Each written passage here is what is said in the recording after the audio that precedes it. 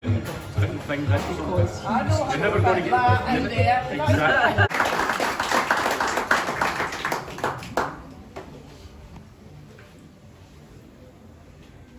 I had that as well. And this is the last one that I'll do this evening. So this one, I suppose, inspired the name of the pamphlet. So this one is just called Turbulence. Ladies and gentlemen, we are experiencing some turbulence and the captain has switched on the fasten seatbelt sign. Would you please return to your seats and ensure that your seatbelts are securely fastened? Exhilarating, invigorating, thrilling, unsettling, wearisome, tiring. Turbulence can end fatally, but it doesn't have to. Fasten your seatbelt, breathe, feel your stomach jump as you drop, feel your body tense as you incline, allow that giddy laugh as you drop suddenly.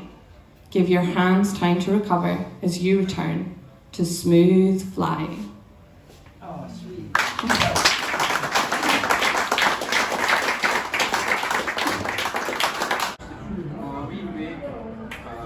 Off Untitled Street, and it's called Going Back to Untitled Street.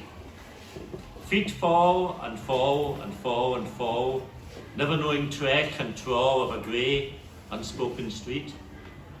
Swing parks, dandelion cracked, backs and brakes of midden mud, smoky, odorous pubs, small, stout, fag-ash, Johnny Walker neat. 3 panatatties, missus, your man's up the close, toe to toe with the backstreet bookie. School wains, sagely chalking walls, and once again the street, living its day until day is done. History forgot to call. Feet fall and fall, and fall and fall, that unnamed day that ebbs and flows and softly calls in dreams. The gaunt authority of the lost, within the land mapped in memory unstitched. The man returning, yet a boy. And that's from Real Glasgow. I have a copy of that. I only have 1 copy left. You can buy it however in Waterstones or anyone else, but personally we have 1 copy left. And finally, my latest book is a collection of short fiction called The Stone Mirror, which has been quite well reviewed. But my favourite review was by Kirsty, who said, "Like nothing I've ever read before." Good or bad?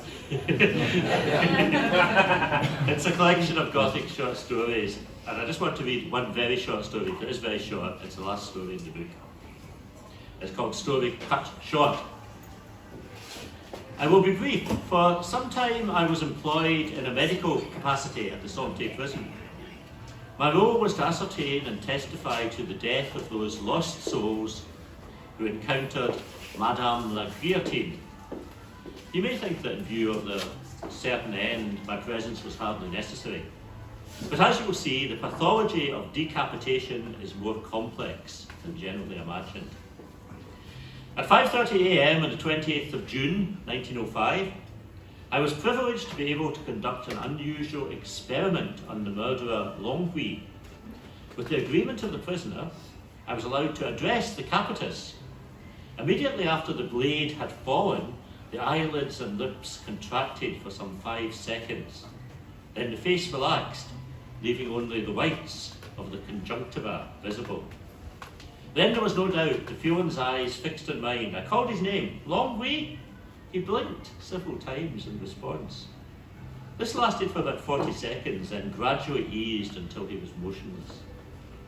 For several years I conducted these experiments, increasing their sophistication. I devised a device that, attached to the ears, swung the head upside down, thus preventing the spurt of blood from the jugular foramen and extending consciousness. All this time, I never saw a face that seemed to exhibit pain or horror. Some rolled their eyes or tried to mouth words. The wicked Longdrew, subject of my penultimate experiment, who had refused to hear the mass or even take a glass of brandy, I swear winked at me, insolently and remorselessly.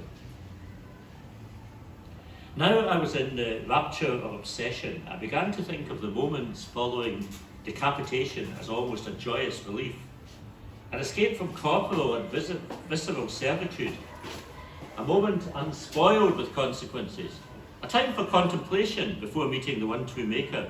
I thought of the theory that, at the moment just before death, one's life is lived again, but more perfectly. The axe of buoyant slow to a stop, and devout souls have time to recite their sweetest prayers and make their peace with the corruptible world. I'd read that some of the picnic tribes of Africa who beheaded their enemies compassionately attached their heads to a springy sapling, so that their last moments seemed like a transport to heaven. Thoughts like these tormented me. I pondered day and night on the same questions I needed to know. I devised a machine and nailed the upside-down clock to the wall.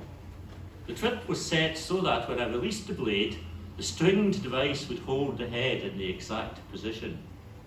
So now at last I know the lapse between decapitation and death is at least 54 seconds, just enough time for me to recount this extraordinary